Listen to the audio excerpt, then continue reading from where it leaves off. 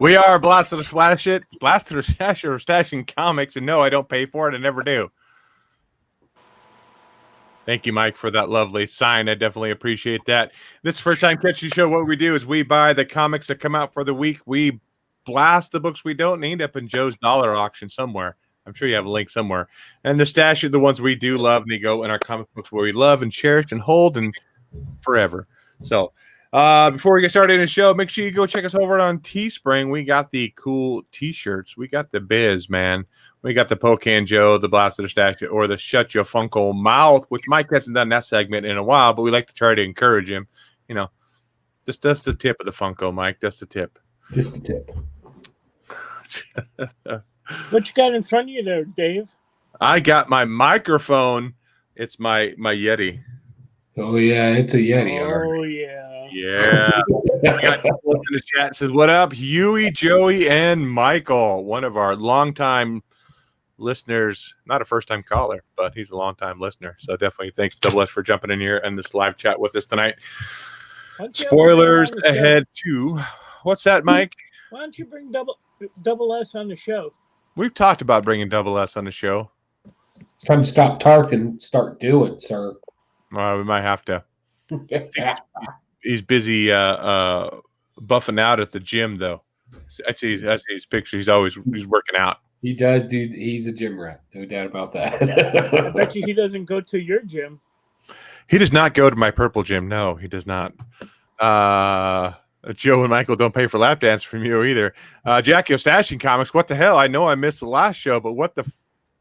I kind of shortened the name. I kind of just thought that would be easier to see, like, we on YouTube see Stashing Comics. What's this? Not Blasted or Stash It. So it was like, you should have been Blasted Comics. We seem to do more of that than anything. Yeah, Michael, you have your hand raised. I don't like Stashing Comics. I think you should change it back. Oh, you think I should change it back? Do we get a vote on the panel and in the live chat? I don't know. Apparently, you didn't even consult us. You just did. I was told numerous times I was the leader, so I just made an executive decision. But we are technically Blasted or Stash It. We still blast the books. We stash the books, so we're still doing that fun stuff. What, Jess? What's that, Joe? Jess. Who's Jess? I don't know who Jess is, but look out for the Whiskey Dick comic of the week, too, so watch out for that. Let's go ahead and jump into the comic books. Joe, you want to give us a book, man? Let's start with one. I was just grabbing my beer. Hold on. Oh, okay. I'll grab my purified water here. What do we want to start with? Let's start with Department of Truth. Mikey, did you read this? I'm not sure if you said you did or not. My store didn't get any of those in. So so this is another one of those fun books, like the conspiracy books that came out about Area 51, the Illuminati. This is kind of in that genre, but instead of just random things happening, what we have going on here is we actually have a governmental department called the Department of Truth, and it's run by Lee Harvey Oswald. Yes, because it's all about conspiracy theories, how the moon landing was fake, how the Earth could actually be flat, and the basis of the entire thing is based off of that. If enough people believe in something, it becomes reality. So I really like comic books that kind of dive into conspiracy theories and stuff like that. I like that stuff. It's fun. I want to know who the lady in red is. Is it the babushka lady? You know, that was a thing during the whole Kennedy assassination. So yeah, I like this. This story is prefaced with their agency of Department of Truth trying to recruit somebody who's a little younger and understands the internet, how conspiracy theories work on the internet. So they find the one guy who just went to a flat Earth convention and then got tied up with some rich people that went to go see the edge of the earth type of thing. Yeah, it took you there. Not a fan of the art in here, but I will say it does work for the story. It makes sense. It's that kind of schmearish art. Normally, I'm like, it's lazy, but it works in here, so I'm okay with it. But great story, great concept. I love the fact that they're kind of flipping conspiracy theories on their head and kind of making them their own in this. It's definitely original. It's definitely really cool. Definitely a stash. Yeah, I read this. I do have a couple issues with it. Nothing major, but just a couple issues. One, I don't like comic book geeks like ourselves tied in with flat earthers. They made that connection. Oh, the comic book geeks and these flat earther people. Like, whoa, wait a minute, I'm not one of those flat earther people. Just relax there, buddy. Hey, the Earth is flat, man. No, NASA proved it. It's a conspiracy. Dude, that's just to keep you dumb. Is that what it is? The other thing is, do we need to know this guy's sexual orientation? That would make it was shoehorned in. It's like we really didn't need to know that. I mean, I don't have a problem with it, but it's like it didn't fit into the story at all. Other than it did fit into this one, but there's nothing. Again, it's a comic book, right? So we have to be somewhat open-minded. It's an issue number 1. I'll agree with you. They did shoehorn it in there. If it plays into the story later, like. All right, so a conspiracy that we can play off of this is back in the what was it, the early or late 70s, early 80s, there was the big conspiracy that the government infected gay people with AIDS, right? That was a thing that was passed around, right? So and the moment I saw that, I was like, are they trying to just, let us know the guy's gay, or is there another conspiracy? So with this kind of story, you got to kind of play with it. Well, I'm not playing with nothing. That's for sure. And the other line in here, when he first sees that lady in red, hold on one second, Mike. He says, the woman dressed in red, she was wearing these sunglasses in the dark room, and it scared me. I don't know why it scared me so much. Probably threatened his sexuality. Maybe he was actually attracted to women, not men, and that's what it was. Maybe a little excitement in the pants, maybe. So I don't know. Yes, Michael, your hand is raised ever so nicely. Do you pay people to play with it for you? No, I don't. I never have to pay anybody. It just happens.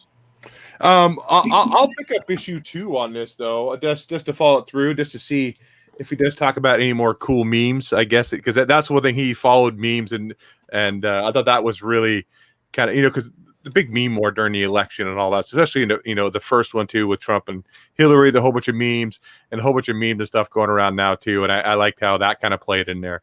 Mm-hmm. Yeah, I mean, do we actually? Other people out there think the moon landing is fake? Sure. I mean, other people think that Kennedy wasn't assassinated by somebody different? Sure. Who knows what's true? And that's the one thing that's kind of cool about it. We don't know the truth about everything. Apparently, the Department of Truth does, though. So it's a whiskey dick issue. I'll pick up issue 2 just to check it out. So I think it's Tinian, right? Yeah, Tinian, same guy as the detective or Batman. Yeah. So, Mike, we talked about Department of Truth. Do you want to talk about a book real quick? Not really, but I'm going to go ahead. Oh, my goodness. I just come here to get paid, and I seem to never get paid. So we're working on that. HR has had some problems printing the checks out. We do apologize. Let's talk. Or payroll, not HR. Sorry. Yeah, same difference in this company. Wonder Woman 84 Museum Mayhem exclusive movie tie-in. So technically I didn't pay for this book, but I kind of did because it came in a Walmart 3-pack. So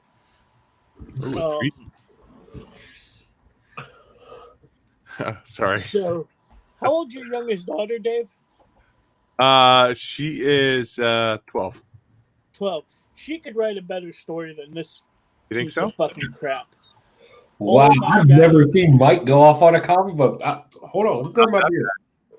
Oh, it is so basic, and it's like they meant to hand these out at the movie. Basically, Diana's a curator at a museum. Uh, she's giving a tour to some young kids, and all they're talking about is smoking pot. And some bad dudes try to break in and steal the diamond, and the kids actually save the day. And what a load of fucking garbage. So I am blasting this one. The cheetah's not even in here. Dr. Minerva is, but she's not the cheetah. But this book is, as Joey would say, a dumpster fire. Wow. Let me see if I can pop this up here. Man, Mike very rarely goes off on a comic. But I'm proud of him. So okay. Trying to get it to pop up. Let me try it again here. So did you guys see the Rooster Teeth cover on that one? No. Oh, the fat Diana? Yeah. So it's right there. Yeah. Everybody needs to be represented in comic books cover. Yeah. This older guy at my shop, he was looking at that. He goes, he went all out. Finally, someone drew Wonder Woman like she's supposed to be drawn. I was like, oh my God. Oh, you're that guy. Yeah, so. Yeah, no. Is he a white knight? Is that what it is? I get it, but it's a horrible piece of art. It's horrible. It's garbage. It is. It's definitely. I listened to their YouTube. Definitely 80s. Oh yeah. It's hard. I mean, to be has a representation in comics. That's totally understandable. Why does everybody keep popping around? That's weird. But yeah, it's a bit much. I mean, we're supposed to be superheroes. We're supposed to be super athletic and all that stuff. So is this kind of So. And Joe, you didn't pick that up. No, I read somewhat good comic books. Double S said, any thoughts on the Wonder Woman 84 movie and how Cheetah villain looks like? So I just only seen the trailer. I get CGI, where they kind of the thing they always produce out, they get out quickly, so it looked kind of cheesy in the trailer. I'm sure they'll clean it up for the actual film. I'm actually looking forward to it because the last Wonder Woman was good, and unfortunately, it was kind of a droll story, but for the most part, it was a good film. So I'm kind of excited because I think DC's got a good thing going there with that. But I have some fears too because they got that one lady who was in Ghostbusters and she's a loudmouth from what I understand. So yeah, I forgot what her name was. But yeah, she was on Saturday Night Live for a long time too. Yeah, she wasn't even like every now and then she'd be in a good skit. Give her some credit. Okay, let's talk about a book I thought it had some definite improvements over the first issue, and that is Batman 3 Jokers #2. I actually thought this book was a lot better than the first one. I ended up getting just the Batgirl cover on that. Of course, there were probably tons of covers on this one as well, just like on that first one. What'd you get, Joe? I got the 1 in 25. My comic book store holds the 1 in 25s for me as a kind of a deal that we got going. So in the last issue, Red Hood ended up capping the clown because there's still the criminal and the comedian still alive, and comedian's nuts. It's just at the very beginning of the book, he's having dinner with this family, and the wife and the kid are like nervous about going down because they think they're going to get capped by him, and it turned out that's all in his head, just a dummy and another like a mannequin and a dummy there with him, and the criminal comes in and says, knock it off, you need to get your head in the game. But the Red Hood is definitely still trying to track down the other two Jokers, and he thinks he's pinned them like in like a gym or a YMCA, and he finds the bodies the pool full of bodies, and there have been, I guess, with the Joker toxin, he finds out they're still alive, but they end up capturing him, stripping him naked, touching his thingy. No, they didn't do that. They might have. Mike got excited there for a second. You read a totally different book than I did. I don't know what you're thinking. They just stripping naked. It was kind of cool though. They put the Joker mask on, a Joker smile on his Red Hood mask. I thought that was kind of badass looking. But then they end up, beating the shit out of him with a crowbar, kind of like what they had originally back in when he first was killed by Joker and Death in the Family. Yep. And it really shows how messed up he is in the head, because he still blames Bruce for burying him, for not saving him, even though Bruce tried, but Bruce, he doesn't understand that. So he's still broken. He's still a broken sidekick. But him and Batgirl have a little moment almost, but then they know it's wrong. But definitely, she friend zoned him. What's that? She friend zoned him. Yeah, she did. But I definitely thought this was improvement over the first one. I thought I had a little deeper of a story, and I was able to follow it a little bit better. I'm actually looking forward to issue 3 on this one. So this is a stash for me. What about you, Joe? Oh, this is great. We actually, so in the beginning where you had the comedian Joker, kind of going through the imaginary, with typical suburban life.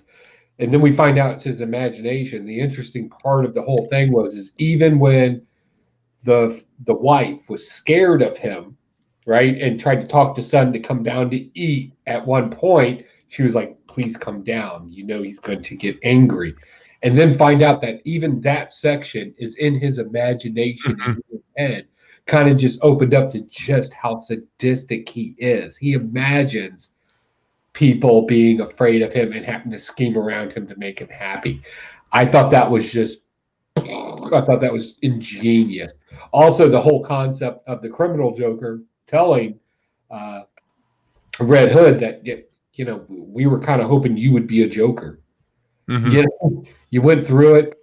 Why did you call yourself the Red Hood? He was like, it was supposed to be a joke. See, you, and then to come find out that they say he's not smart enough, right? I don't know. I think I think we may end up with a new third Joker before this is all said and done. Which I'm kind of it made sense the way they explained it in here. I thought it was very ingenious writing. I wasn't really big on the whole concept of the 3 Joker thing.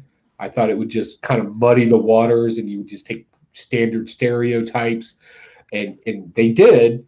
But they took it and they actually gave it depth when they did the one thing with the Joker where they even, the mother and the son, like, please come down. You don't understand.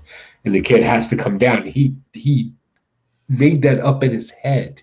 Even that section of it. I was like, that's ingenious. He thrives for that because it's nothing but a show to him at the end of the day.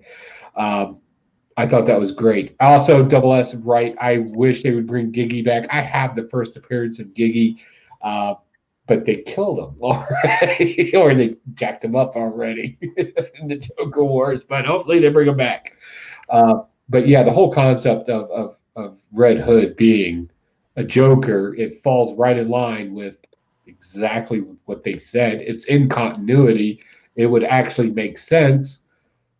Will it happen? Even though they don't want it, it could all be a big toying game. I don't know. I'll go down that rabbit hole. That would be awesome. What about you, Mike? You had your hand raised there. What do you got for us? Well, like you said, Dave, this is a big step up from the last book.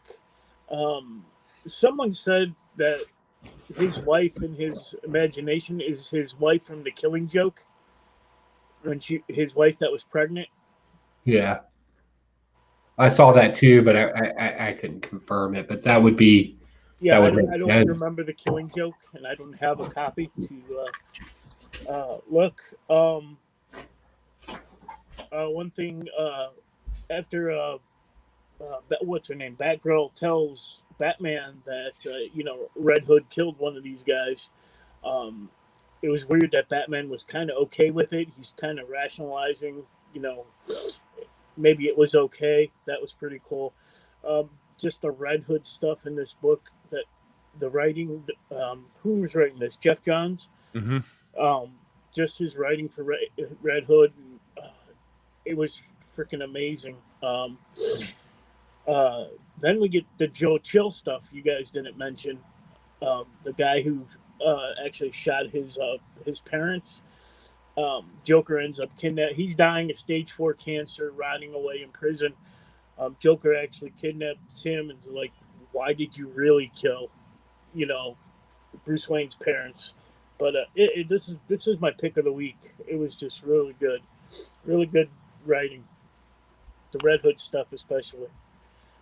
Double S also said maybe DC should make another book called The Three Gaggies. Isn't that a porn? I think that's probably a porn somewhere. The Three Gaggies. It's a porn. Yeah, it's got to be. I could explain it to you, but so my biggest problem with this Three Joker story is where in the ongoing continuity does this is this happening? Like that, I don't know. I don't. Maybe it's not in continuity.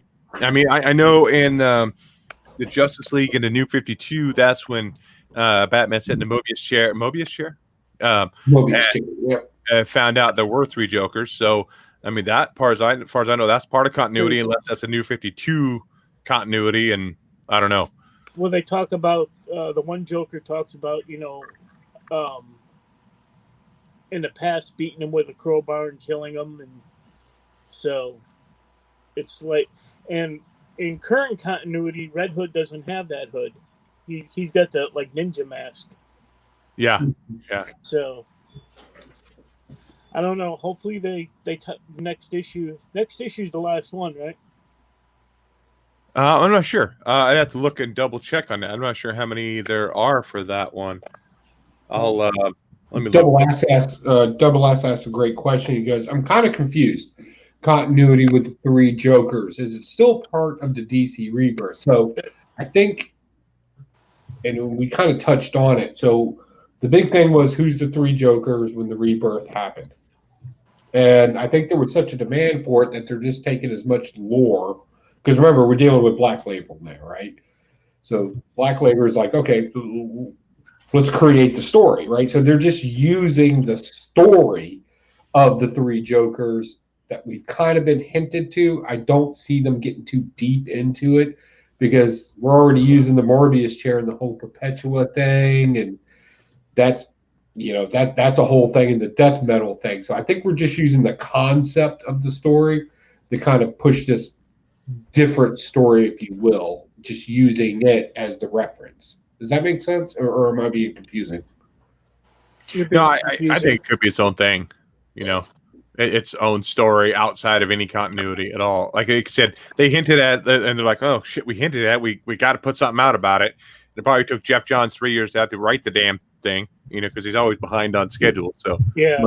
So I don't think the Morbius chair is a big deal in this. I think it's more focused on the Killing Joke. I think that's the big deal. So think of it as Rebirth brought up the concept of 3 Jokers, right? And then the Killing Joke is kind of like the next step from this. Is that maybe? Yeah, I think that's probably the best way to look at it if it's not too confusing. Okay, I brought up 3 Jokers. Joe, what do you got for us? Oh, I got to talk about something else. Yeah, man. Oh man, it's almost like we do a show for this stuff. I don't want to talk about that. All right, so I want to talk about. Look, let's go ahead and talk about the Immortal Hulk thrashing place. I'm assuming everybody knows it. Video to share too with this. What do you want to roll that now, or I can? I can just show here. Let me go. Roll that beautiful bean footage. Roll that beautiful bean footage. Come on. If you can.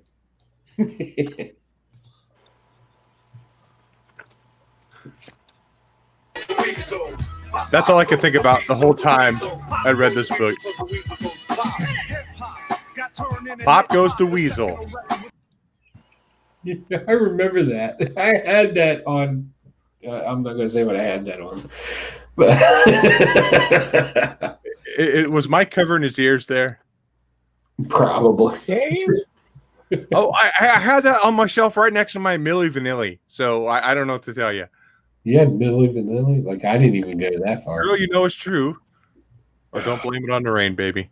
I can't do this anymore. You wore a Nirvana shirt to kind of redeem yourself a little bit, and now you're throwing Pop Goes to Weasel and mentioning Milli Vanilli.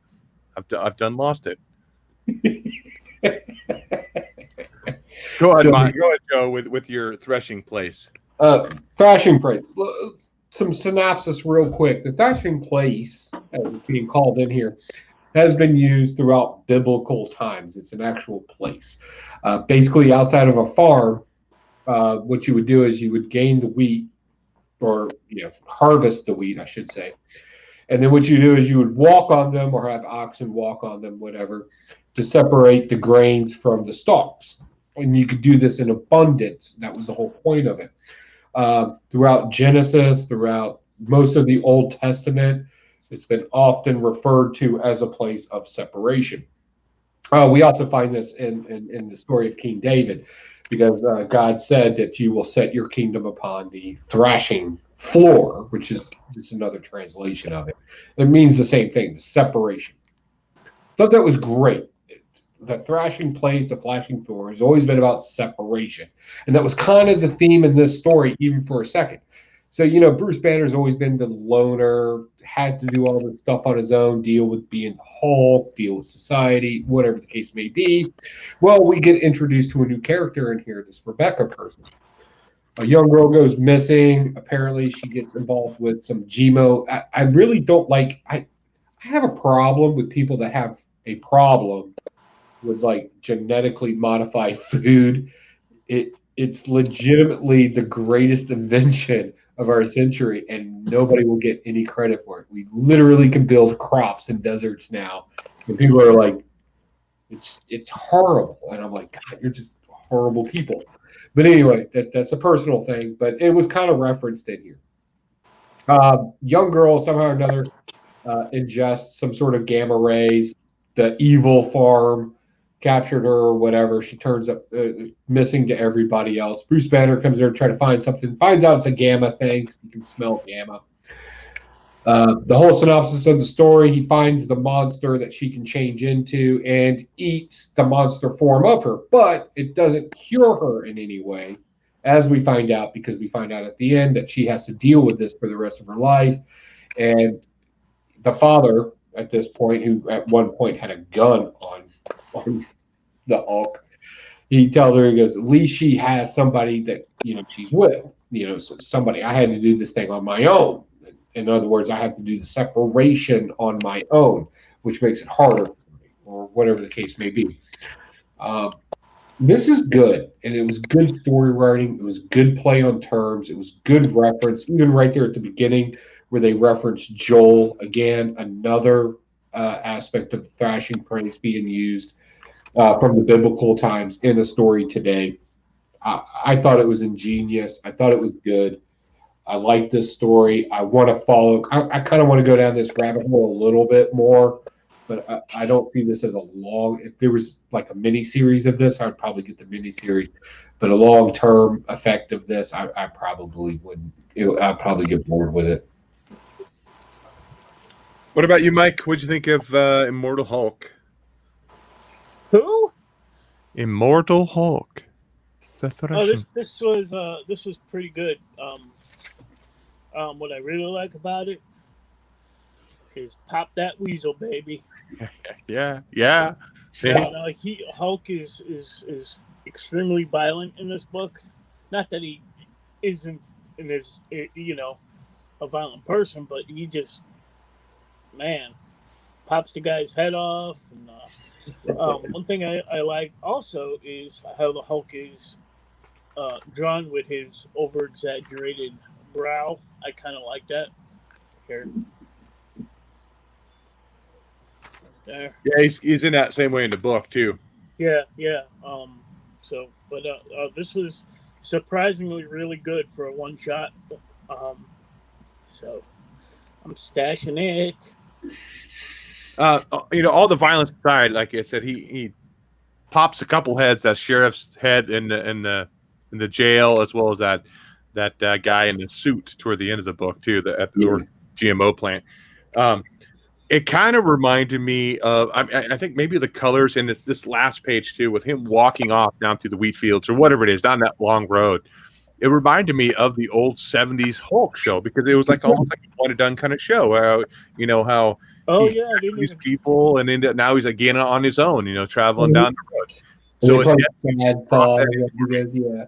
I never thought about that, but you're exactly right. Mm-hmm. Like, of course, those shows weren't violent, and one, they could not have made, the technology back then for any kind of TV show couldn't have made the whole monster that she turned into, and him taking the gamma out. There's no way they could have represented that very well. Or it might have been really cool for the '70s, but now look back and go, oh my God, that was horrible. But yeah, it kind of reminded me of that, of him just traveling down the road and trying to help somebody when he can. Mm-hmm. He runs into trouble. He's not meaning to run into trouble, but it just kind of comes to him. So definitely. And there's some huge ass tomatoes in here. I wonder if this is the origin of the attack of the killer tomatoes in here as well. Because man, see the size of the maters. Look at that. See those maters there? Look at the size of them damn things. Between your giant tomatoes and your microphone, boy, you're all about the huge tonight. Is my microphone okay, or is it the sound okay? Yeah, it sounds fine, buddy. Get a little closer to it. I can get closer. Mike, you're up. Does it sound better though, or is it too loud? No, it's fine to me. Okay. You feel like you have a lot of authority tonight. It's awesome. Oh, does it? Oh, I think it's a mic. I think having this huge thing right here right gives you confidence. Let me hit up the chat real quick, because Double S, again, as always, brings up a very good comment. He goes, in The Killing Joke, it references that sometimes he remembers his past as multiple choice, which I always thought that was smart writing. It was very good. Maybe John was alluding to the three Jokers. Dun, dun, dun. Maybe. Fair enough. Yeah, I was just talking. That's all I got. I was, and then it cut off on me. It did what? My mic shut off on me. I was holding it in the wrong space and it went off. Go ahead, Mike. What do you got for a book? Let's talk really, really briefly about please. Death Metal Multiverse's End. Things happened. There's about 18,652 different characters in this book. I knew about 2 of them. There's about 7,676 different things going on in this book. I had no clue what. Fuck this book. Blast this book. Captain Carrot's good. I like Captain Carrot. I knew who that was. And maybe a Green Lantern or 2, but no, for real though, there's just really, really too much going on in this book in this one for me. I knew a majority of who the characters were, but too much. I'm kind of there with you, Mike, a little bit. 'Cause we were talking a little bit in the off air how I'm like, wow, there's just a lot going on and there's a lot to take in. I'll tell you what I am getting irritated with. A lot of books nowadays, they'll have multiple artists on one book, right? They'll change, pages 2 through 4 is this artist and this and this. Yeah. I'm getting really tired of these fucking Snickers ads. I'm reading into it and I'm getting excited. And I'm like, it's a Snickers ad. What the fuck, man? God. Yes. This one it doesn't even matter because you think it's part of the story. There's so much. Yes, Snickers. Perpetua likes Snickers. Maybe that's all she needs is a Snickers. Yes. You're acting like Betty White out there. Maybe you need a Snickers. Maybe that's what it is. Maybe that's all Perpetua needs is just a Snickers. A Snickers. I don't know. Double says sound quality is good with your new mic. I've had this mic for a while. I've just had it over on the other side of my desk, so I thought about bringing it over here a little closer to make it maybe sound a little better. So yeah, Get that money shot. Get that money shot. But this is I'm getting everything death metal. That's like with the other ones too. With the what was the first one? Was it death metal before the other?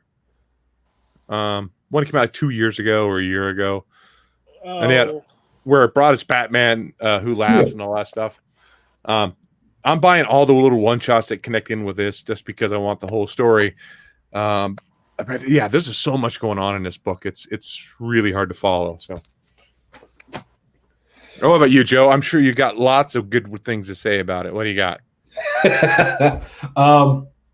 So this is, again, we've talked about these before. This is that in-between issue. It's not quite a whiskey dick issue. The reason why there's so much going on it is because they backfilled the entire story from Perpetua before the death metal thing happened, right? I didn't think that needed to be necessary, but then I realized a lot of people didn't read that story. So I got it. Maybe you weren't on it. I read them, even reviewed them on this show.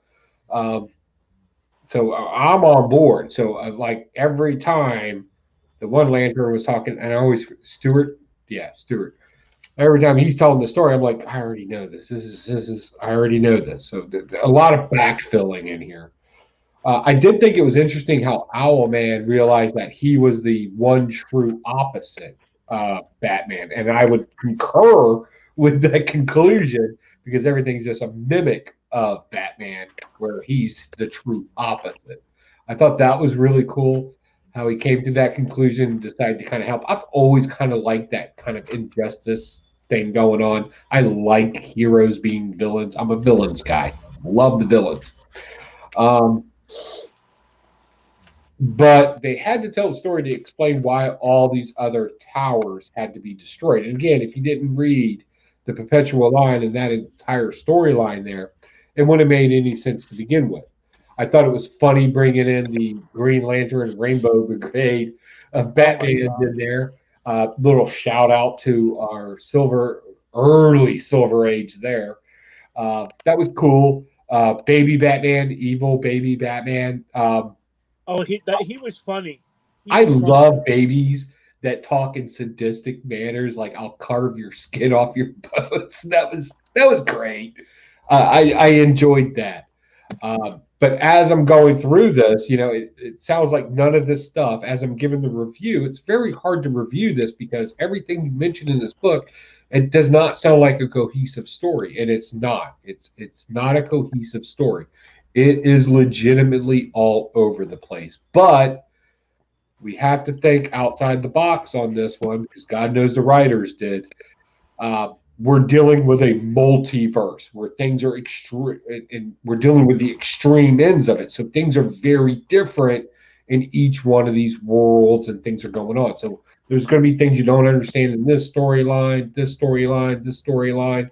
This is the same thing they do with the Spider-Verse, where they have that one random issue that tries to explain everything that's going on in the Spider-Verse in one issue. That's all they're doing in this, and it's a convoluted mess. There's some good things about it. I'm not blasting it, unfortunately. I liked it because a lot of it I was able to keep up with. A lot of little, hey, if you read comic books, you're going to know this, especially about the Captain Carrot thing. I used to steal Captain Carrot in that whole Spider-Ham issues all the time from Teeny Giants. But my thievery knows no bounds. But Captain Carrot would be ashamed of you. Right. But I liked it, and it was really good because even if you read Captain Carrot as a kid, or maybe you have him today and you read him, you never saw him hurt, you never saw him depressed, you never saw him cry. And to actually see that in here, I was like, oh, now we're dealing with big boy comic books now. Like that happened in here. And it was kind of cool to see that. But cohesiveness, as far as telling a story, this was a mess. It was all over the place. But it was cool to see these little snippets of time and these kind of little, hey, if you're a comic book reader or a collector and you know about this, you'll get this. That was cool. But other than that, it's not a story. It's just random mentions of things. I noticed here by the in way, this I should say this. I did get this exclusive cover. the Captain Carrot. Yeah. Look at Captain Carrot looking jacked. Yeah, Joe probably stole that one too. No, He's like, I oh, actually paid for I this. need to remember my youth. I need to steal a Captain Carrot book. There is one panel in here. I don't know all of my Green Lanterns. I know Guy Gardner and John Stewart. John Stewart and all those. This guy, I know his wife or his girlfriend was chopped up and put in a refrigerator. I know that was kind of a dark. Oh, Kyle Rayner. Yeah, Kyle Rayner. So in that panel there, where I know what to do with him. Maybe he got a refrigerator, and that's probably what they're referring to right there. Yeah, and that actually caused quite a controversy. Like that was turned into a big SJW moment. Like they called it the stuffing a woman in a refrigerator scene. That was a thing for a while. Was stuffing women in a refrigerator? No, them having a problem with women in comics. Oh, men put them in refrigerators. Like yeah, I have a problem with women in comics too. What? not in this, just being sarcastic. Actually, Okay. This is a good point. He goes, was Captain Bucky O'Hare a ripoff from Captain Carrot? No, Captain Carrot came out first. It switched. Yes, I'm going with that. Sorry, I saw that and I was like, I actually need that little tidbit. Okay, let's talk about the other DC book that came out this week, and that is Batman Joker Warzone #1. I'm not sure if this is a one-shot and it's just a whole bunch of stories that are going to tie into something later, because they say, hey, the story is going to continue, or like Queen Ivy will continue later on in another story. So maybe just the introduction and kind of little history of each of these characters. So it has, I think, 5 stories in here. The Joker Bane one was kind of interesting because it was a lot of psychology there. I mean, essentially Joker like making fun of Bane being trapped and stuff like that. And then we had the spoiler and what was her name? Orphan. Yeah, they teamed up against the Henchman. Orphan. Spoiler went up against Henchman. I thought that was stupid, but yeah. Henchmaster, that's what it is. And then we get the new Batman, or not necessarily the new Batman, with the Fox family, that kind of story there. But actually, my favorite one, I mean, the Harley Quinn, the Poison Ivy one was okay. And we got the reveal of the Ivy Queen, big freaking deal. I don't think that's snap. I like the art in that one. But my favorite story has got to be the last one with the Clown Hunt. I hated the artwork in that one. You hated that one, Joe? I hated the artwork in it. Oh, I didn't care for the artwork either. That's that guy's done another book that I've read before, and I didn't like the art in it either. But it's essentially about the Clown Hunter taking down this, I think, a Snap, Crackle, and Pop, and Big Ed taking him down one by one, and they're thinking they're going to be able to take him down pretty easy. And he ends up just picking them off one by one, showing that he is the true clown hunter, and he doesn't take crap from anybody and take anybody down. That was probably my favorite story out of all of them. What's that, Mike? Clown Hunter's the new Robin. Yeah. So I ended up picking up the Derek Chew variant of this. I'm going to give one of these away. I actually got 2 Derek Chew variants, so I'll give one of these away to somebody in our live chat right now. It's only double S. He's Jackio. No, in the chat too. You are, yeah, but you have one in your hand. Damn it, you don't get it. Jackio's in here too, and I'm a Patreon. yeah. So if you didn't pick this up, Jackio, there's a good chance I might just ship it out to you. So overall, I thought it was an okay story. Dive a little deeper into the Batman universe with this characters that are not, top tier. So a little more history and other characters. So it's a stash. What about you, Joe? I liked this. I take that back. I did not like the story of Orphan and Spoiler. I didn't even know those were Batman characters. I must have missed something, because people are like, yeah, they've been around for a while. And I'm like, yeah, I've never heard of them. Also, Lucius Fox's son. Luke. Yeah, I think it's Luke. Son, that was a Batman in there. Like Yeah. I saw him a couple of issues back, and randomly he was in there. He's kind of like this techie kind of, Yeah, he's whatever. Batwing. Isn't that Batwing? Yeah, maybe. I don't know. There's so many Batwings now. Who the fuck knows? But yeah, that's a character there. This whole Bat family thing's starting to get a little.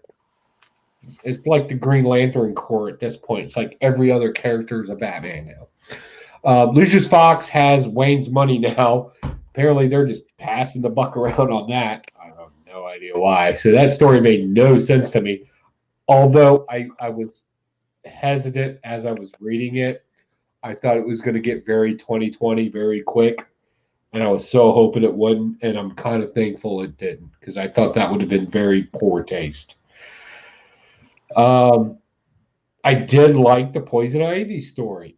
I liked that because every time I read something about Poison Ivy, or if I read something about Harley Quinn, I'm being constantly reminded that they're together. You've been trying to convince the public now forever that this is a good idea, and the public does not care. The people that read the story don't care. People are not like, oh my God, Poison and Ivy hooking up. That's a great idea. People are like, yeah, okay. So, yeah, they're together. Like, okay, cool. Nobody got any shock from it.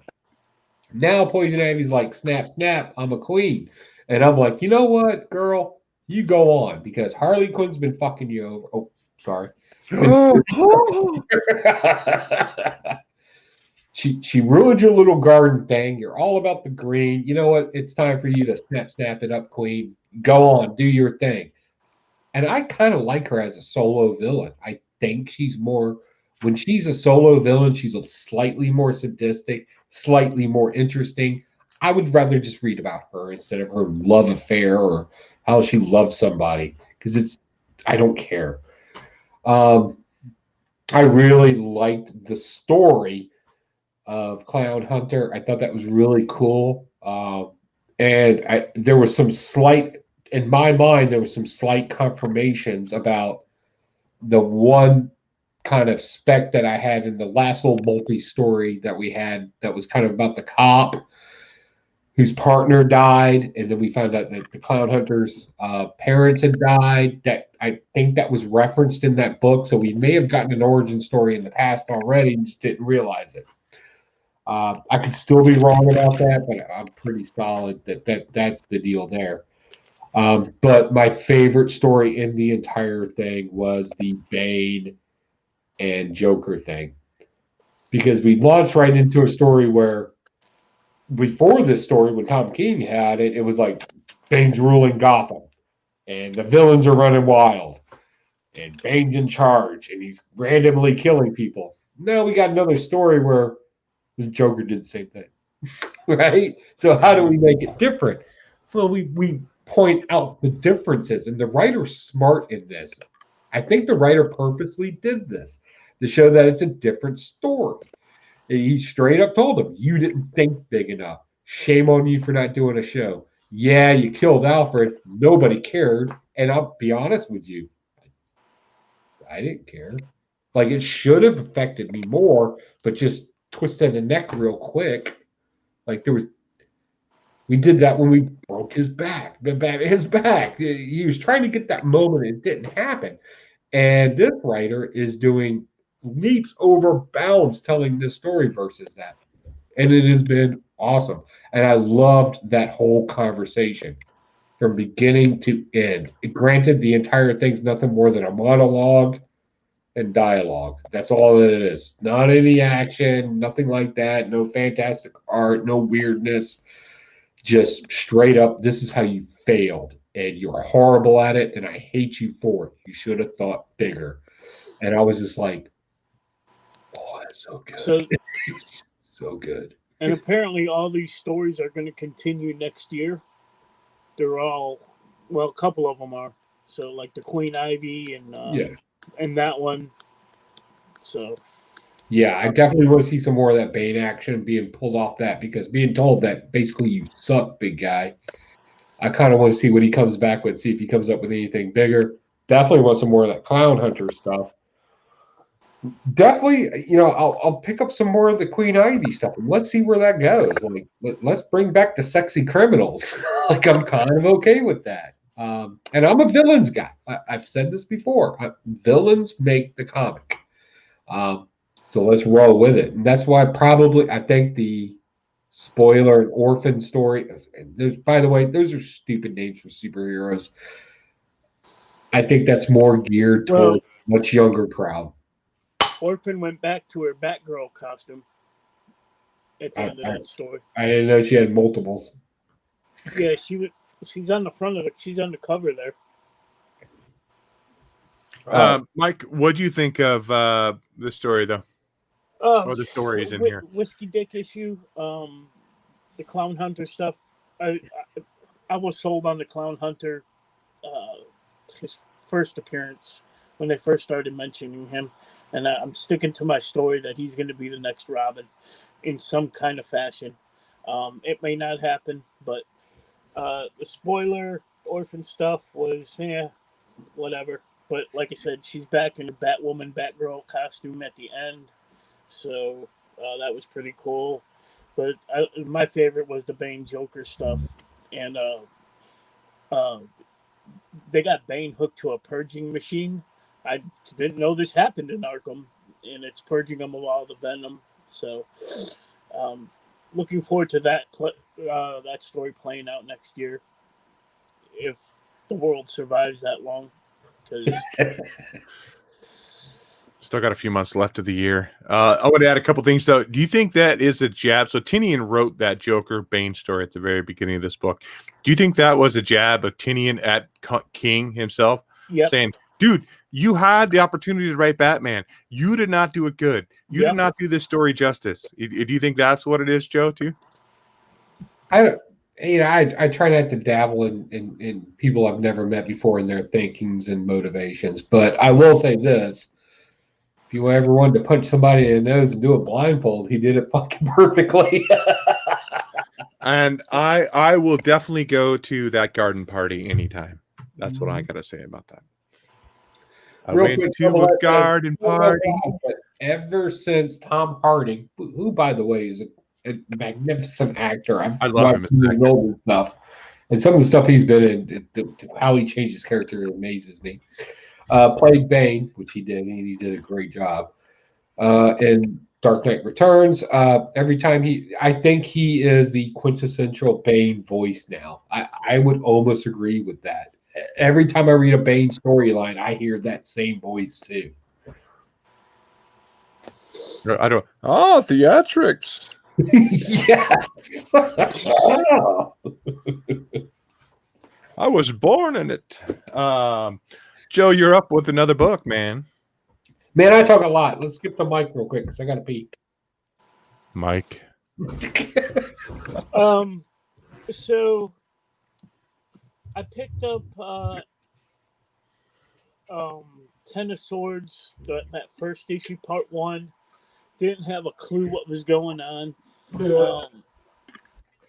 Watched a couple videos from my fellow YouTubers on, to give me some backstory.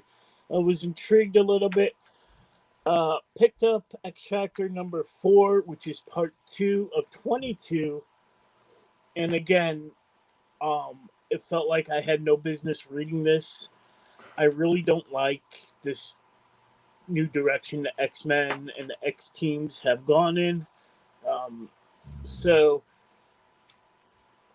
I'm going to stop and just forget about X-Men for right now. So this is a blast, but it's, I don't know how to put this.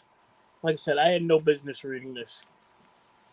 I'm kind of in the same boat with you because I've been reading X-Men and I want to continue to read X-Men, but I don't think I need to read X-Men if they're going to be doing this sort of X of Swords storyline. So it's like I'm kind of a completist. I want to continue on with the story and have all the issues, but I don't want to read it. So I'm kind of conflicted with that. So I don't know what to do, whether to just drop it until it's over and hopefully catch back in. I'm right there with you, Mike. I like Dawn of X and Powers of 10 or Dawn of 10 or Go Fuck Yourself. I don't know what the hell it was called. I like that establishing this new world for the X-Men. Mm-hmm. But now, to me, it's just crazy. It's crazy. So, bring back Chris Claremont and Jim Lee and all them for them classic X-Men stories. I'm about to tear up because I love team books. I love the X-Men, classic Uncanny X-Men, but this ain't my thing. This ain't your thing, man. Talk about year 0, number 5 What of book 5. was that? That was X, sort of X. Yeah, I X got Factor number 4. Okay, well, what'd you think of it, Joe? Maybe you might be able to make a little more sense of it. So the book's wrong. Uh-oh. Wrong.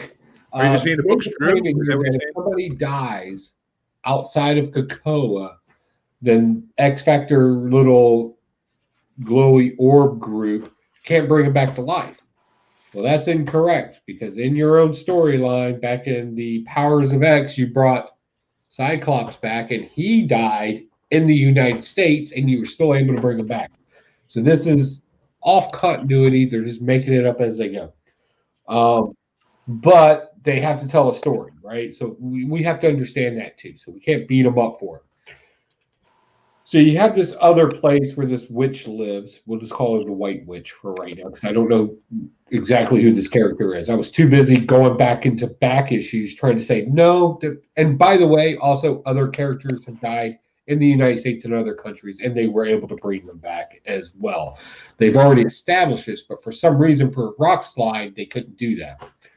So forgive me, I don't know much about this Rock Slide character. It's a little bit outside of when I kind of had my break in comics and was doing other things. But we did learn something interesting. Not only can we bring people back from the death if now we follow this new rule, but if we can't, we can actually create life, which makes things even more confusing. What you got there, Mike? This is my X-Men right here. Yeah, right. This is my X-Men. But going into this, I am interested in this, and I think I'm mostly interested in it because I like weaponry. Like weaponry is kind of my thing, so I'm kind of wanting to see it. And then they ended off with, the first person that steps into Rock Slide's basically dead body, which they made into a circle, which will turn into a portal. And this is where the story's getting too complicated because Hickman's trying to be big-brained. He's trying to be super smart, and he's trying to tell an interesting story at the same time. Well, physics sounds really, really cool, right? Like the whole construct of time and space and how it works. Sit through a physics class. It's not that interesting. This is where Hickman's getting lost. He's trying to be super big-brained, and he's trying to make very complex things interesting at the same time, and they don't always mix. And that's the failure of this story. If Drew was here, I'm sure he would disagree with me 100%. But the fact of the matter is, one, you've already screwed up your own continuity. Two, you took the body of somebody that was dead, you made a giant circle out of him to make him into a gateway so people we can go right into another story. So we got to find the 10 of Swords, who they are, what they're going to be. But we already know because they spoiled it in every cover issue. There's a variant with 10 people holding a sword. We already know. So now it's just a matter of what makes them special. I don't care at this point. You should have kept it a secret. You should have kept it quiet because now I would be engaged to find out who, why, and what. At this point, it's just a sword at the end of the day. I already know who's wielding it. So what do I care? Well, what's the draw for me to continue reading this? The draw for me is the fact that I do a show twice a week. What's everybody else's draw for reading this? Comment. Yeah, like you said, I think I need. Now, I like Cates' writing. Don't get me wrong, but Cates needs to really step in here and do his thing on it. I think for me to really be super interested in it. So but like I was saying, when you you stepped away, Joe, I was like, well, I want to complete X-Men. I want to do it because I like X-Men, but yet I don't want to read this stuff here. So what do? Do I actually spend the $4 or $5 for the issue I know I'm not going to read? Also, you all read the like the data reports and stuff like. Do you all bother reading that? For comics? No, in all the book. X-Men comics now, they always do the data report or the email. Oh yeah. That's too many That's words. annoying to me. But apparently, if you read some of that, you'll get a little bit more of the story. So I Who read wants to them. read those? Yeah, I read them, and all I find out in them is how great somebody is. That's all that was in this. Like rolling off this. Who's that? That is T. That's who? Pete. Fatala T. Hey everyone. Hey, what's going on, buddy? You know him personally? No. You were saying? No. That was saying, Joe? Or are you just saying you're just being friendly? I'm just being friendly. Guy, okay. Hey, what's I just want to like? Seriously, we should be saying welcome to the. Welcome. Did you read any comic show. books this week? Let us know what you read. More importantly, let us know what you thought about it. Speaking of X-Men, just to roll off that crap fest. You guys didn't pick up the tribute, the giant size X-Men tribute? No. I did. I'm an idiot. This is just a novelty. Yeah. But it's a good novelty. Basically, this is a reprint of giant size X-Men, which is way beyond. It's worth so much money right now. So each page is done by a different artist. Dave, you probably hate it. Oh yeah, I think it'd be a concert Snickers ad. That's why. Each page, and it's a lot of great work in this book, and it's cool because just seeing all the different artists work on this classic book.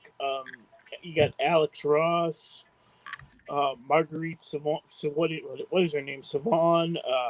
Who else did I see in here? Francis Yu, Phil Noto, Mark Brooks. Oh shit! Hey, it's Delta Dogs. Vanille from Delta Dogs. Oh shit! Oh, now it clicked with you. Holy crap! And I'm glad you're here because we haven't reviewed Delta Dogs yet, but we're going to. So hang out for a minute. Like I saw the name and I was like, hey. I haven't read it yet, so go ahead and do it now since he's in here. Well, no. We'll go ahead and finish your review. Stuff about this. It's a pretty cool book. It's just a novelty, but this is the X-Men I grew up with. This is the X-Men I love. So I'm gonna stop buying any current X titles because it's all crap. Well, I gotta finish House of Swords or whatever now. Not for 22 issues. Sorry, I'm not going to finish that up. I'm not saying I'm picking them all up. I'll probably read the main storyline like I normally do. What I hate about it's tying into Wolverine too, and I'm really digging Wolverine. I like Wolverine too, right? I don't want to crossover. I just want it to be a Wolverine book. I don't want any crossover. I don't want to continue with the vampire story. That's all I want. I don't want any X of Sword stuff in my Wolverine book. You want to talk about Delta Dogs? You know what? He's in here. Why not? Let's talk about it. Talk about Delta Dogs. I'm the West Coast guy, so I don't have any of those. I haven't gone over to picking me up yet. Actually, if Baltimore was going to happen, you were going to get the full run. That was going to be. We always trade comic books whenever comic book YouTubers meet up. I had a complete run for you. So. Because I figured meeting you and we could drive up and you could read it, and that way we wouldn't have to have awkward conversations. Awkward, yeah. It's usually to be quiet in the car. About Seattle. Actually, the original plan was to me sit in the back seat with you and me read it to you. Yeah. Would I be able to lay in your lap and you caress my hair when you read it? Hey, look, man.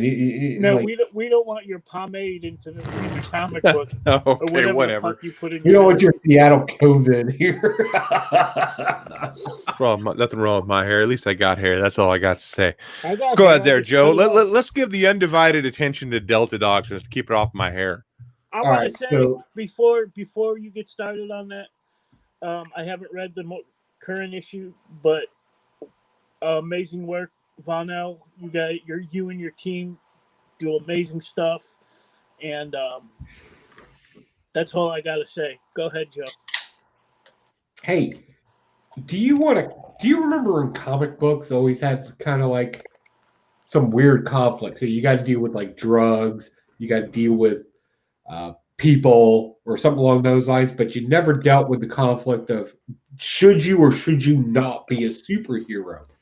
This gets addressed in Delta Dogs. This is issue number 11. We're launching off into our second season of this, and we're introducing what I most like about this of all time. And I've talked about this book before. Oh my God, go to Millennial Comics and just take a look at the artwork. Just look at the preview stuff on there. I promise you, you're going to be like, oh, that's kind of cool. I might want to check that out. Pick up an issue or two. I promise you, you'll get hooked. I guarantee it's better than the X-Men. Yeah, it's better than X-Men. So the cool thing about this is you get kind of two stories going on here. Actually, you get more than that, but two main stories. And this one, we start getting introduced to different characters in this particular universe. The great thing that I like about this is it kind of describes my local area, the Hampton Roads area, and he does it correctly. I have read books that were written by Virginians, and they love to use Norfolk and place like that, and then they like talk about these random streets outside of their proper order. So in this one, you're going down Brambleton, and he actually lists the streets out correctly. I know that's a very nitpicky thing, but I've literally read comic books where like that's all jacked up. Okay. So kudos, man, for knowing your geography. I guess I'm giving you a compliment there. Two, we get introduced to cool characters. Like there's these two characters whose tattoos, or one particular character whose tattoo kind of turns into a real thing. Now that's not technically unique. We've seen that before, but the way he does it in here is so much smarter. It just makes sense. Plus, we have a superhero that kind of gives you their interaction, Prince Justice. He kind of does this red, white, and boom thing. He's kind of like the cheesy superhero, the Superman archetype type character. The great thing about this is like they shut that down. And I'm suspecting, if I'm wrong, don't spoil it in the chat. Let's just let this roll. That there's a little bit of a dark secret, kind of playing off some of the boy stuff, where sometimes the superheroes aren't always so good. There's some sort of pass here. We have a Queen Bee type character in here who, one, looks beautiful in here. Two, I love her dialogue. There's that just classic comic book type talking going on.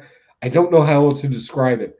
The best thing about this comic book from issue 1 to issue 11 is the person that reads this comic book and buys them, you actually get to see the evolution of a comic book. First off, it was a great idea, great concept to begin with. But then as you see these young people kind of create this comic book go along, you see that they learn skills better. Oh no, we lost Joe. Where'd he go? Did Joe burn down his house? Joe burned down his house. That's supposed to be my area. Oh yeah. Sorry, I totally forgot. Yeah. So let's jump in. I was just in the middle of ordering Delta Dogs 1, 2, and 3 from the Millennial Comics website. Definitely go over and check them out. I'm gonna trying to submit my order. There you go. I just ordered it. Ordered issue 1, 2, and 3 from Delta Dog. Oh, you got to order the rest of them. I maybe I will. I'm gonna start with 1, 2, 3, Mike. I got to take in little chunks, man. So we'll see if Joe will pop back in here. Let me go ahead and kick. Double S said, "Well, I'm sold. I'm gonna go to Joe's recent video and click on the link on his description on getting Delta Dogs." So, hope you enjoy it, Double S. So I guess that's since Joe's not here, unless he pops back in, we can go into lightning round. We've been doing it just over an hour. He says, I think he got my order. I think that's what he said. I'm not sure if he's talking to me, but yep, I just ordered it. Looking forward to getting that. I know we had talked about actually having you on the show and kind of giving you an opportunity to talk about the series itself and hopefully promote you a little bit more. Maybe we can try to work on that in the future. There's Joe Pocan burning and turning. He lost it, Joe. He lost it, Joe. I just ordered issue 1, 2, and 3 of Delta Dogs, by the way. Definitely check out issues. I'm sorry about that. Apparently, I didn't have my computer plugged in all the way, and the battery just died. But again, if you want to know what it takes to make a comic book, to know that it constantly needs to grow and evolve, these are some young people that are doing it, and they're doing it right. They're hustling too.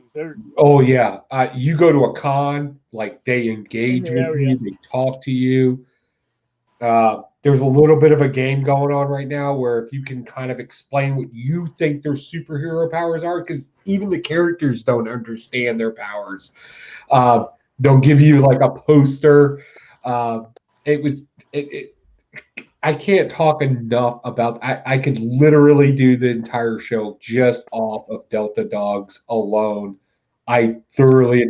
If I could be a villain in Delta Dogs, I would do that. Can I be your villain sidekick?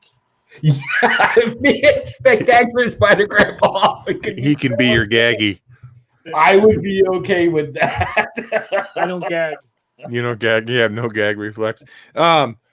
So I actually mentioned too before you came back in, Joe. I know we had talked about actually having them on the show, give them an opportunity to promote it. So maybe that's something maybe we can work on getting that done. Had people on the show before do this kind of stuff. I would. I'm telling you, first off, that they know how to sell their product. I don't do them justice. They can tell their story better than I can. I enjoy the comic book, and I'm hard on comic books. This is good. Okay, so let's go into lightning round. I'll go ahead and get started. Wonder Woman 763 only got it because of the Middleton cover. That was the only reason. You missed this one?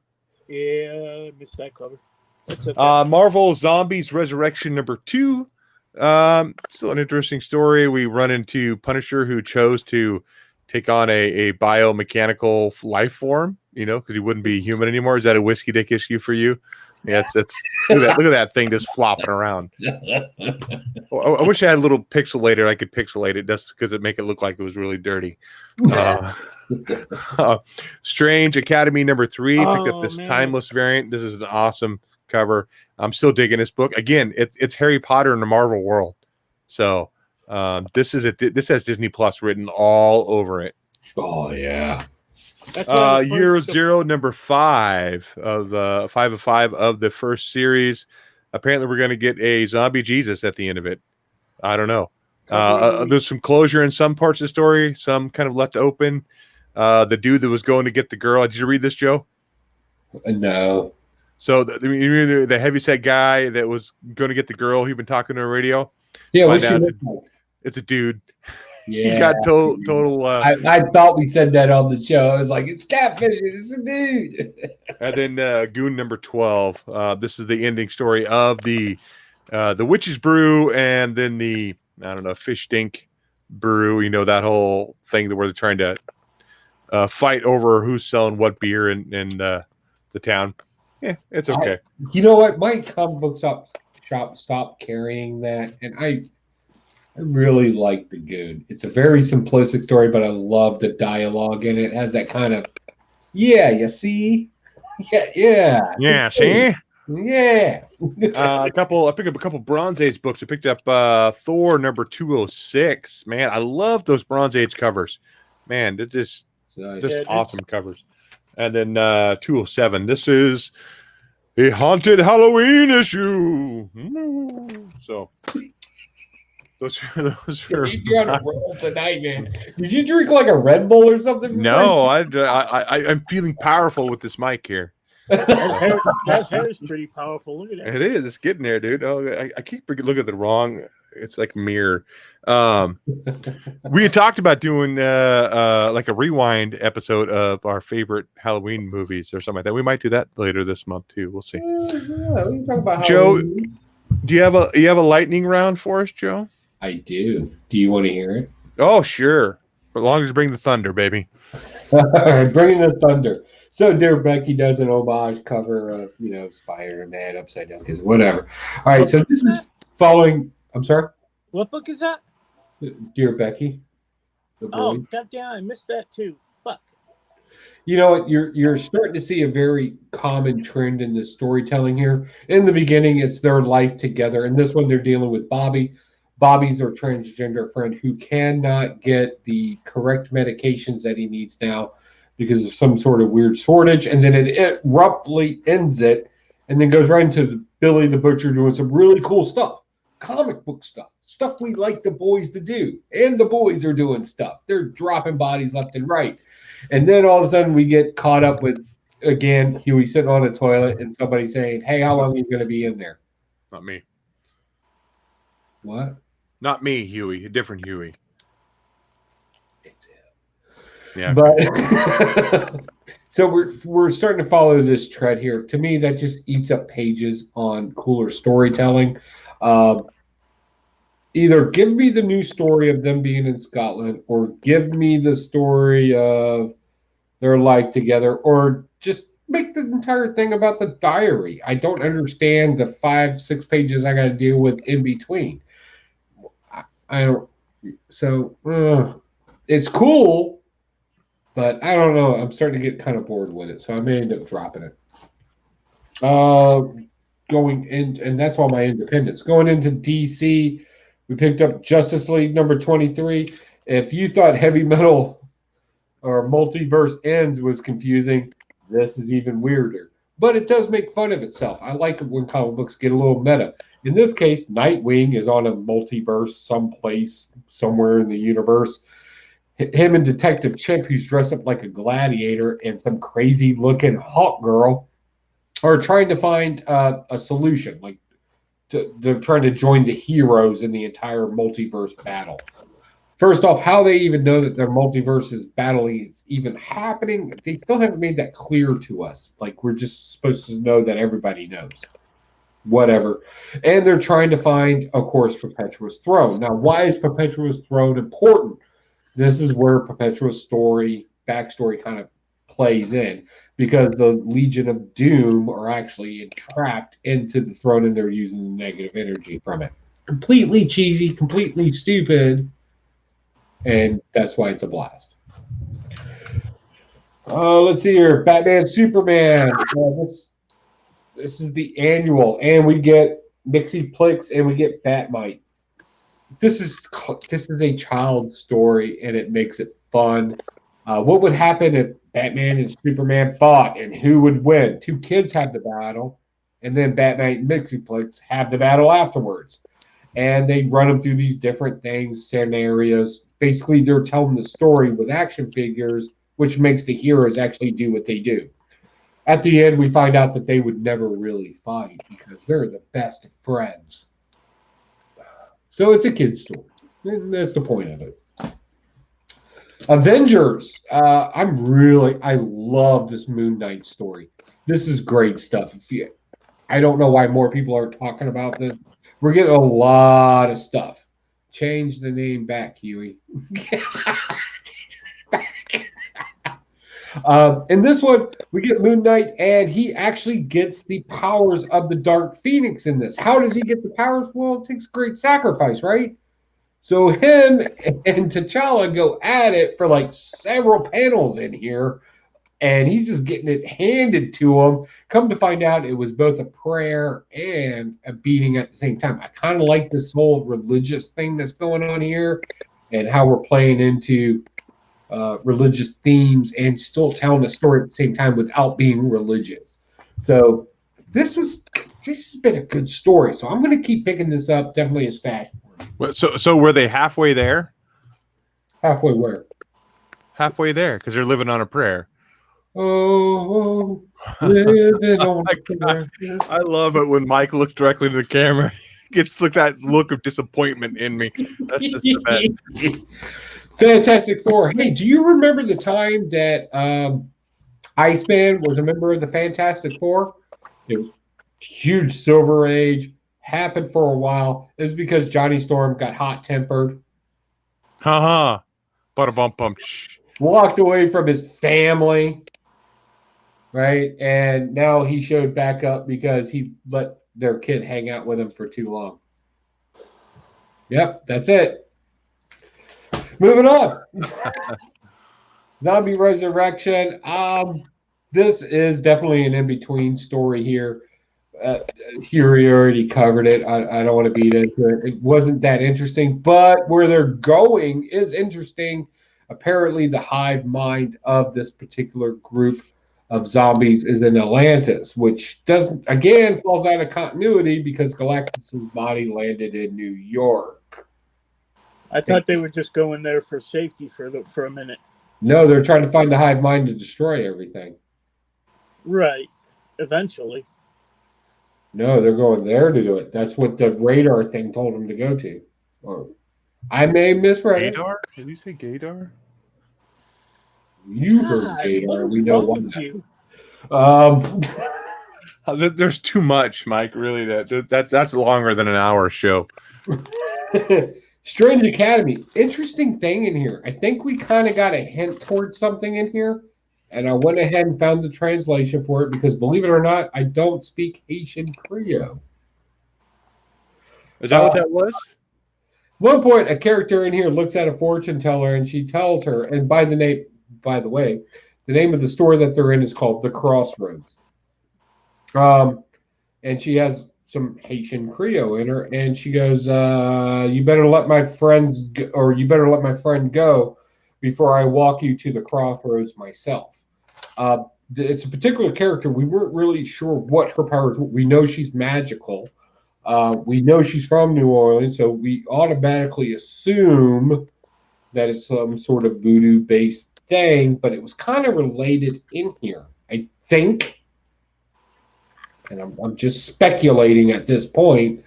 I think we may have a relative to Brother Voodoo in here who is a teacher at the academy. So I don't think it's going to be his daughter. Otherwise, we would have found that out pretty quickly. But I think we'll find some sort of relation there. And I'm a huge fan of Brother Voodoo. I always thought that was a very cool character. I just don't think it was ever used properly. Last but not least, Shang-Chi. The movie's coming out, so why not throw a book out there?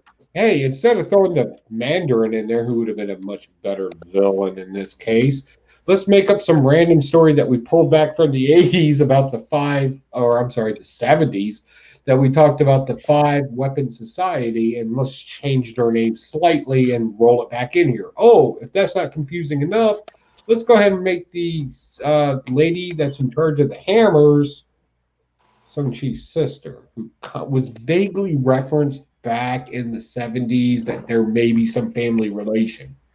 Basically, what happens in here, the head of their complete society, that's broken off into 5 parts, dies in here, and instead of the chick that with the hammers being in charge, it decides that the Fist, and the only person that's relative to the Fist is Shang-Chi because his dad was like a douchebag.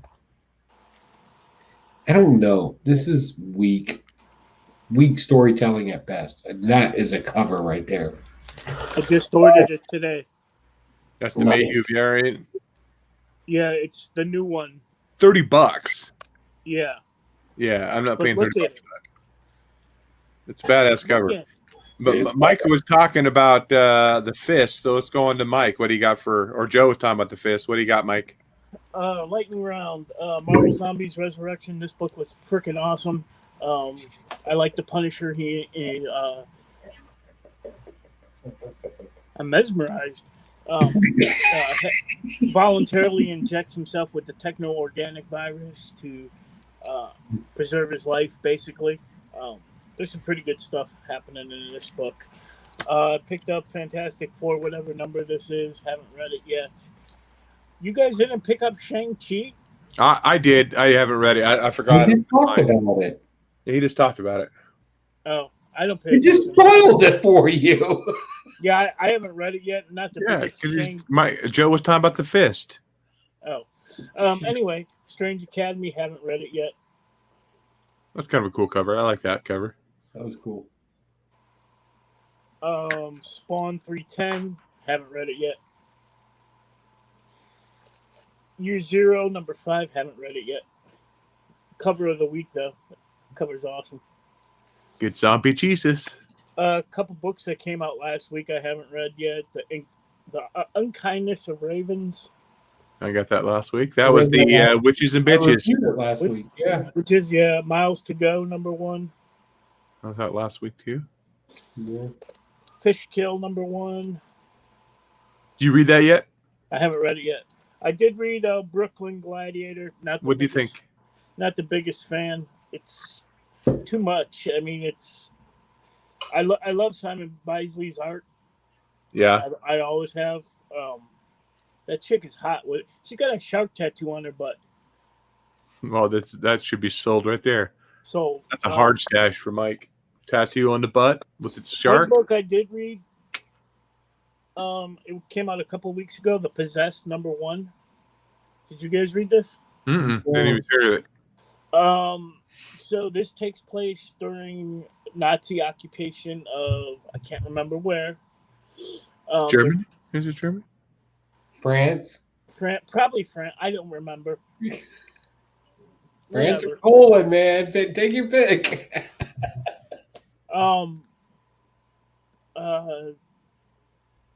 They're rounding up all the Jews, putting them on the death trains.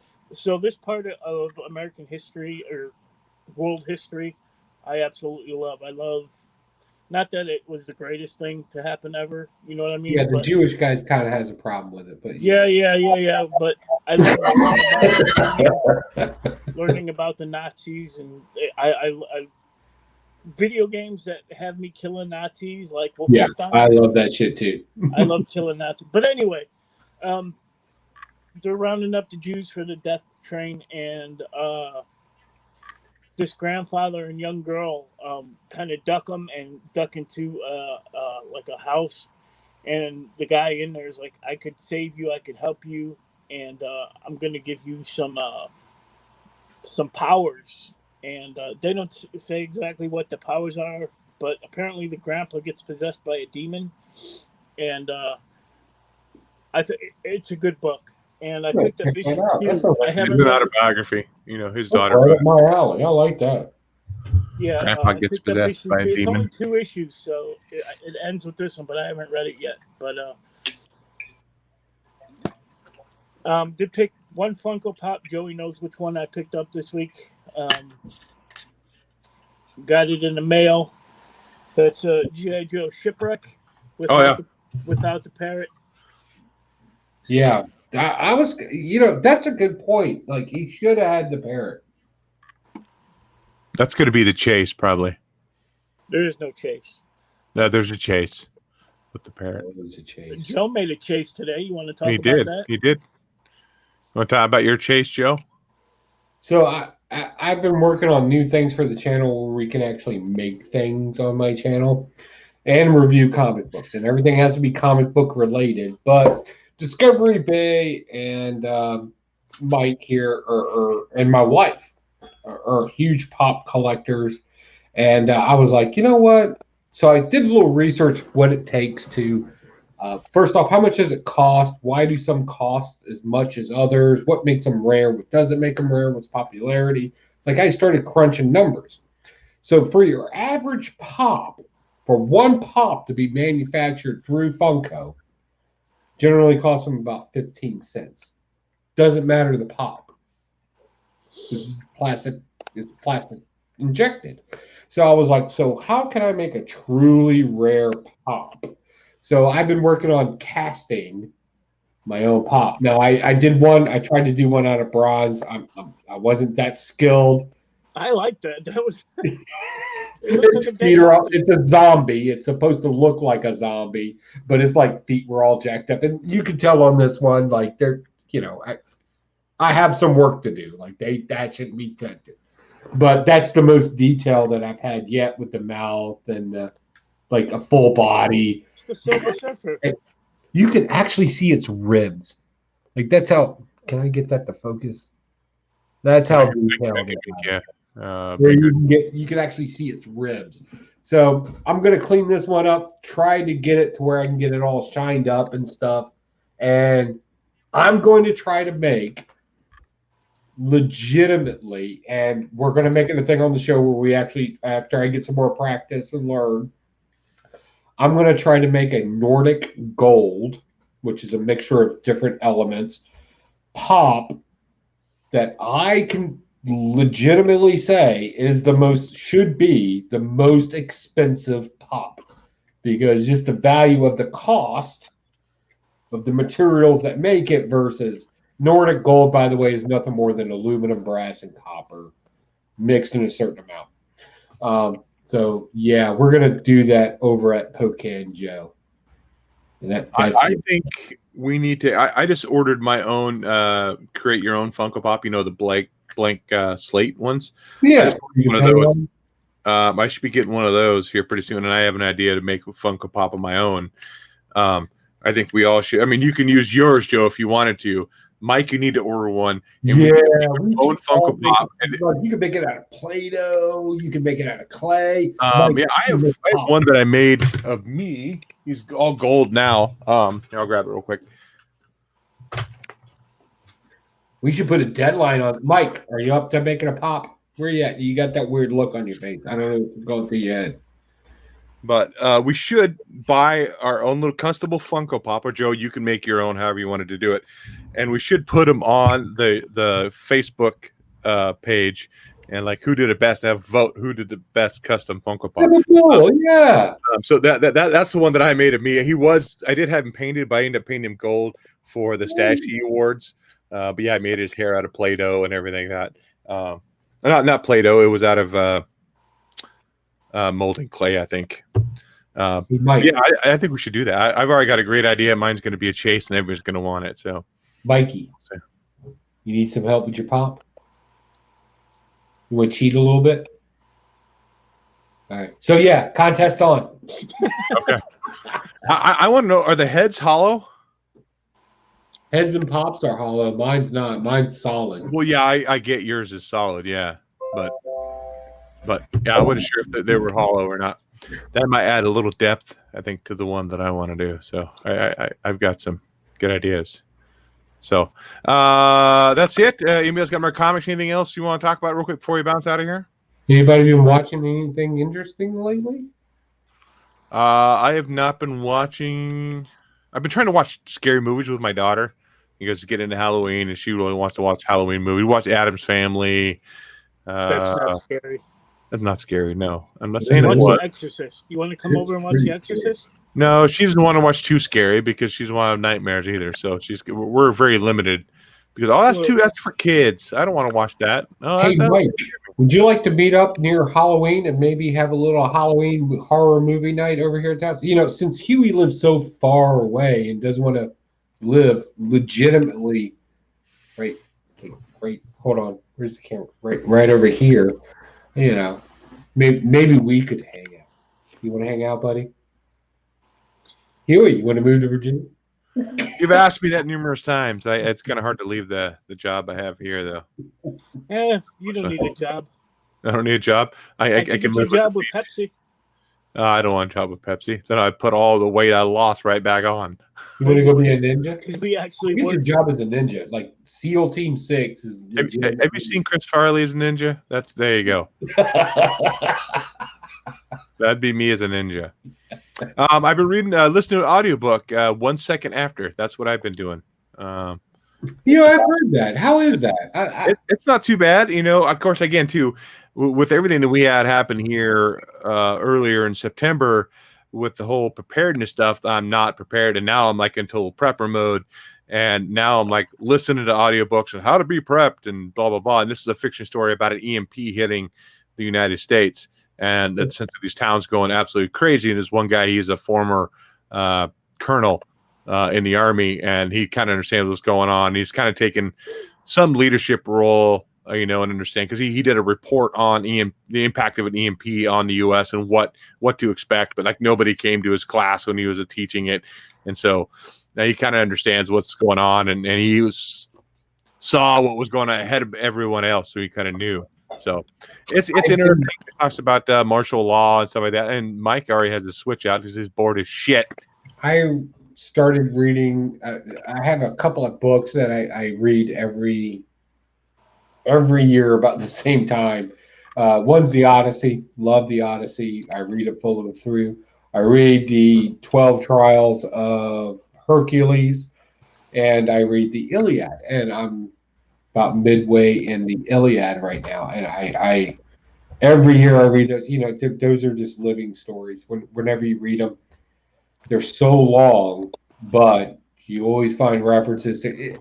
I always reference it to like the Bible or Torah, whatever your book is, whatever your living story is at that point for your dogma. And these three books have always been that way for me. They kind of make you man up a little bit. Also in the chat real quick, hey, Vanel just wanted to tell us, hey, thanks so much, guys. Really cool. Gave us some smiley faces. Double S made a weird comment. I'm not sure what we said. When did Joey see you sitting on a toilet? LOL. I'm not sure what was said at some point. Dear Becky, when Huey was sitting on the toilet, and I said, no, not me. Okay, I got it now. Yeah. I was like, no, we've shared a room, but I was very careful. Yeah. No, we didn't share a bed. Make sure you making it seem like you didn't. But you tell the people what you want. I'll tell them the truth. I know my side of the truth. How about that? Mike, what about you? Anything you're doing besides playing Animal Crossing right now? I am not playing Animal Crossing. I told my daughter you play that game, and she's like, really? I do. That old guy? I'll prove it right now, live on air. Hold on. What are you playing right now? Actually, I'm playing Breath of the Wild, Zelda. Oh, okay. You have it right there, huh? Animal Crossing right there. Whoop. Oh, well. Okay, I think we're going to bounce on out of here. Thanks, everybody, for showing up. And if you are watching this in Rewind, please let us know down below. What did you think? What did you think of the show? What do you think of the books that came out this week? We want to know. We want to have that discussion. So definitely leave a comment down below. And share. What should we pick up next week? I want some challenges. Yeah. I don't know. Challenge me. Yeah, I definitely love to hear some opinions on stuff and like what should we read? Or, hey, did you know this is coming out? I mean, usually I'm pretty on top of what's coming out, but if you want us to read something in particular, let us know on Facebook, wherever, on Twitter, Instagram, all that stuff. Say, hey, you dumbasses, I want you to read this week. Yeah, read this. We'll do the best we can to try to get that read and get a review for you. So thank everybody for jumping in here. And definitely go check out Delta Dogs. Go over at Millennial Comics. Go order their books up. Give them a read. Give them some support.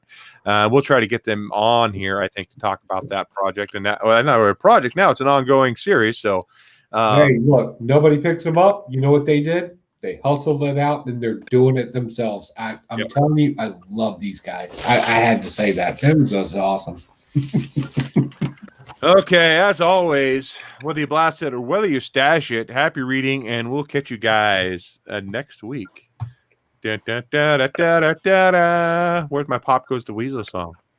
Oh, no. But, yeah, we need to get a copyright strike. Let's do that. Well, I'm sure we probably will. Do you really think anybody cares about them anymore, though? Let's find out. I'll find out. Yeah, we'll find out next week, and I'll let you guys know on Facebook. Later, guys.